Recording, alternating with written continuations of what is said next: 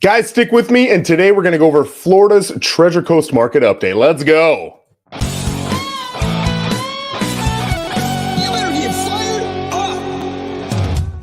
It's that time, Wednesday at 12:30. I meet you every single week to give you an update on Port St. Lucie's real estate market. So today what I'm going to do is I'm not just going to tell you about it. What I actually like to do, if you have not been with me before, is share my screen and show you what the MLS is telling us. What's the MLS?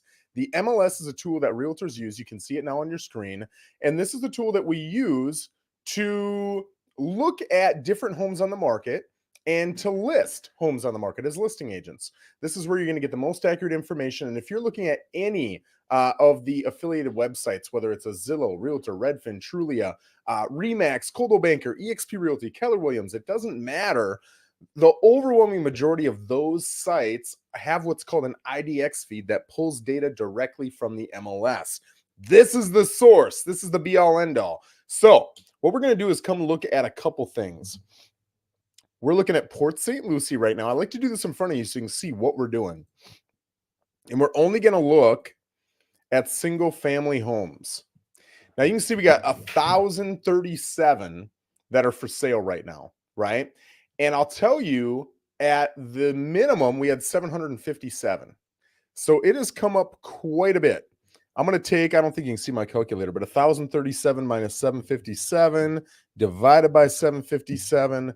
That's a 37% increase in inventory from our inventory low, which I would guess was probably 9 to 12 months ago, right?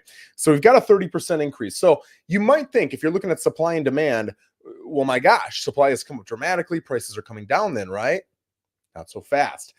I would say that 3 to 4 month inventory rate, right? And an inventory rate is, with the current homes we have in the market, 1,037. Let's look at the last 30 days on the market. How fast were these homes selling? If we sold 1,037 in the last 30 days, we would have 30 days of inventory, right? Meaning it would take us 30 days to get through all of our current inventory at the rate we've been selling at. If we've got, I got to do a little bit of math here, 2,074 homes, double that, and we're selling 1,037 a month. Now we've got 2 months of inventory. It would take us 2 months to get through that inventory. So anytime you get 3 to 4 months of inventory, I say that's a pretty neutral market, right? Not really a buyer's market, not really a seller's market. Homes are going, but they're going for maybe 98, 99% ask price. If you get a really good home, it's priced well, it's staged well, you might get 100, 101%. But on average, you're selling for just a hair under the original asking price, right? They're going, generally speaking, in 2 to 3 months on average. It's a very normal market, right? Buyers can buy homes. They're not under the gun all the time, but sellers can sell homes. Right now in this market, we're seeing two completely different markets. You're seeing the up to $500,000 market, and you're seeing the 500,000 plus market, right? And those markets are very different. When I've looked at these numbers in the past, because again, we look at them every single Wednesday, what I'm seeing is that the numbers for up to 500 grand show a very strong market for sellers. However, when you look at 500 plus, it quickly and dramatically turns the other way, and it turns into a buyer's market. So what I want to do, we got 1,037. Let's take a look at how many of these are up to 500 grand. Okay, let me grab my notepad here. So up to 500 grand, again, in that top left corner, you can see there are 601 that are currently for sale up to 500 grand. So what if we go 500 grand and above? Let's punch in 99999. We've got 445 that are for sale. So now what we're going to do is we're going to go to, I'm sorry, where are we at here? We're going to go to, instead of actively for sale, we're going to go to closed. And let's look in the last 30 days. That would be 11 days in October. And what do we need? Another 19 days. So 30 minus 11. So let's get rid of 11. So we'll go back to here. Okay, so there is your 30 days.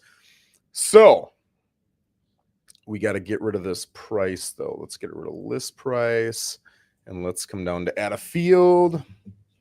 And we're going to look at sold price, okay? So we're going to look at sold price. Let's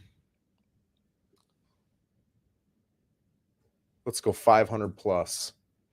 500 plus, we had 74 sell in the last 30 days. And if we go 0 500, we had 300 sell. Okay. So we had a lot more sell. So here's the numbers. Again, looking at the last 30 days of sales, we've got 601 homes on the market right now, up to 500 grand. But we've got 300 sales in the last 30 days. I don't even need a calculator. We've got exactly 2 months of inventory, right? 60 days. It's probably 60.03 or something like that, right? But it's 60 days of inventory. That tells me we are not in a strong seller's market, but we're in a seller's market. And it's not a weak seller's market. It's a pretty average seller's market. We're at 2 months of inventory. Now, when I look at the 500,000 plus, we've got 445 homes for sale, but only 74 sold in the last 30 days. That's just a hair over 6 months of inventory. Now, I told you 3 to 4 months is kind of neutral. That means we are considerably into a buyer's market. Now, here's the challenge that I want to share with you guys. Just because the stats show that inventory-wise we're in a buyer's market doesn't mean it's a quote-unquote buyer's market. My opinion of a buyer's market is I, as a buyer, can go out. I've got a lot of inventory to choose from. And whatever home I end up finding, I'm going to get a pretty good value on it. I might come in 20, 30, 40 grand low. Maybe I got the terms that I want, whether it's the closing date or their included furniture, or I want a longer inspection period or a lower escrow amount or whatever it is that excites you. You might be able to get some of those terms along with price. Well, we're not seeing that.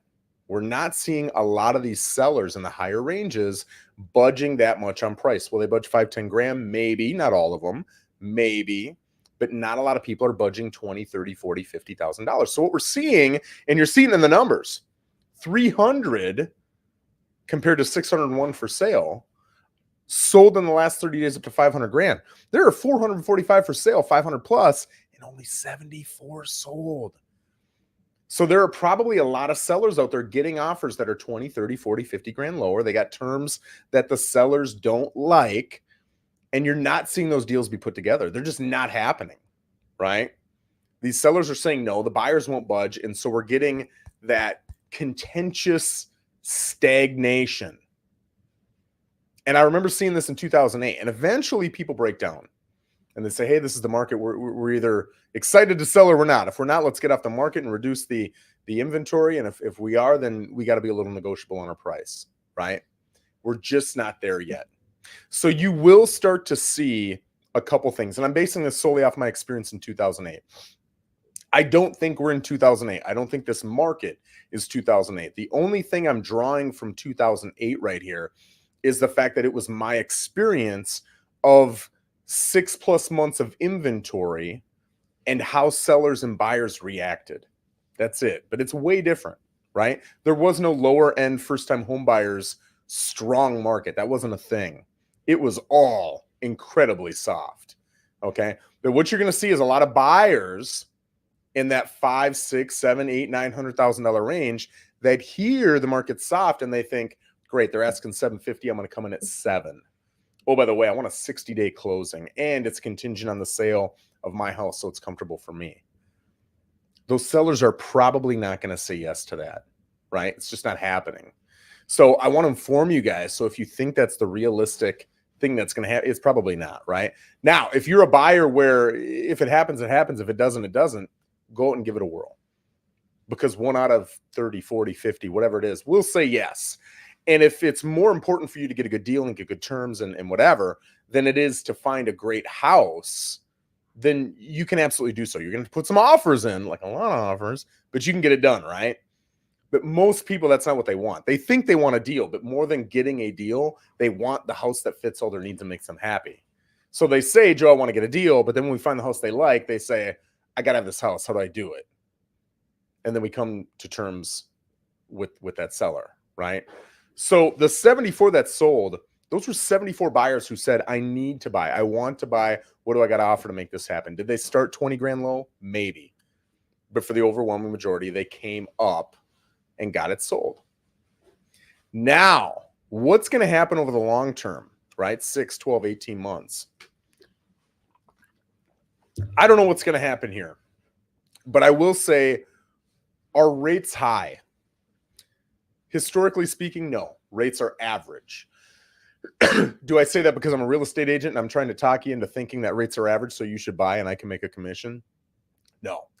I'm telling you that because at some point, people are going to get used to 7, 8%, and they're going to say, just is what it is. Let's buy it. It's going to become the norm, right? It's scary and it's high because we're comparing it to a year or two ago. But I can tell you when rates were at 4 and they dropped to 3.5, people then said, excuse me, let's wait until they get to 3.25 and then we'll buy. Right? So I'm telling you right now at whatever they're at, let's say it's at 7.5. I don't know what today's rates are at. A lot of people are saying when it drops to 7, I'll buy. If it goes up to 11, people will say when it drops to 10, I'll buy. But what I find is those people tend to say that no matter what the number is. It doesn't matter what the price is. It doesn't matter what the number is. It doesn't matter what the market is. They're going to come up with a reason to not move forward. And that's okay. What's going on is a lack of motivation, a lack of clarity.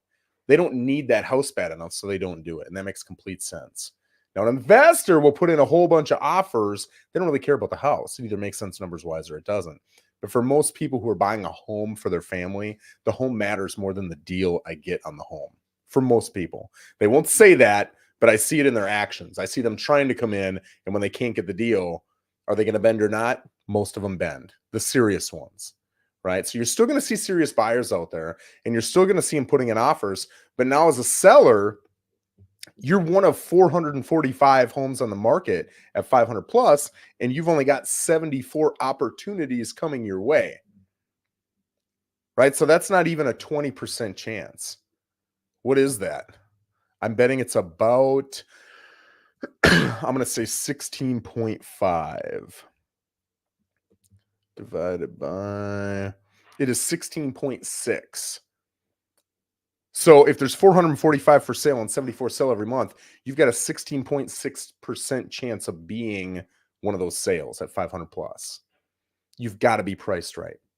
You've got to be somewhat flexible on your price.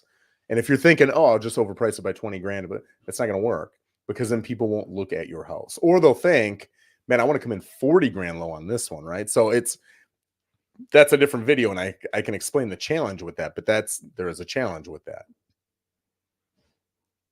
You've got to have it staged right. It's got to smell right. It's got to look right. The landscaping has to be beautiful. Your realtor better have a beautiful write-up. The marketing's got to be sharp. Your realtor better be a good negotiator. They better have the expertise to take that initial day one offer and put the terms in to seal the deal and make sure it goes to close. Right? All of those things are what gets the 16.6% their success. The other 83.4%, if you're lacking in one of those areas, it's going to be incredibly challenging, right? So guys, I want to share that with you today because so many people are going around and they're feeding into whatever story they want to feed into. Hey, the market's hot. Yeah, it's hot. If you're looking up to 500 grand. Oh, the market's ice cold. Yeah, the market's ice cold.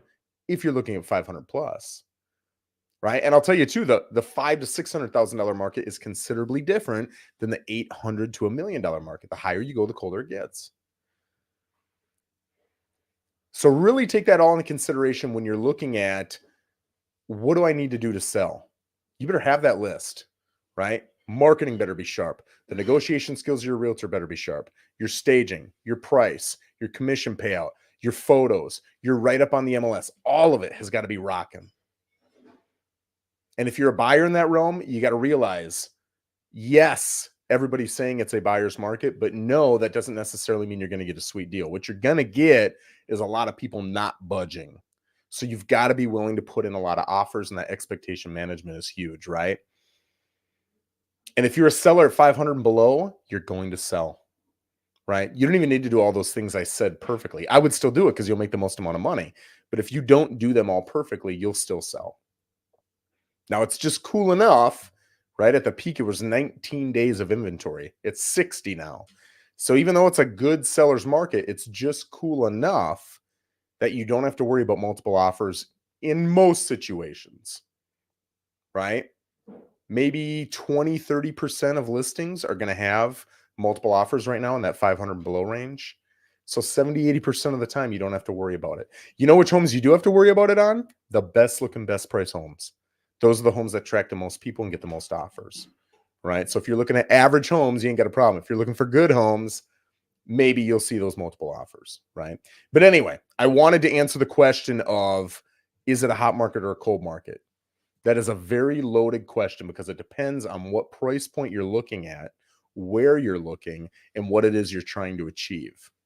But guys, regardless of whether I'm your realtor or not, if you ever want a little bit of education before you go and sell or buy your home, send me a DM on Facebook, right? Text me, email me. You can find my information everywhere, all over the internet. And I'm more than happy to not be your realtor. Of course, I'd love to be a realtor. But if you've got one, don't hesitate to reach out. I want to help you. I want to position you well. I want to set expectations for you to succeed and then go out and actually succeed. Guys, I appreciate you joining me.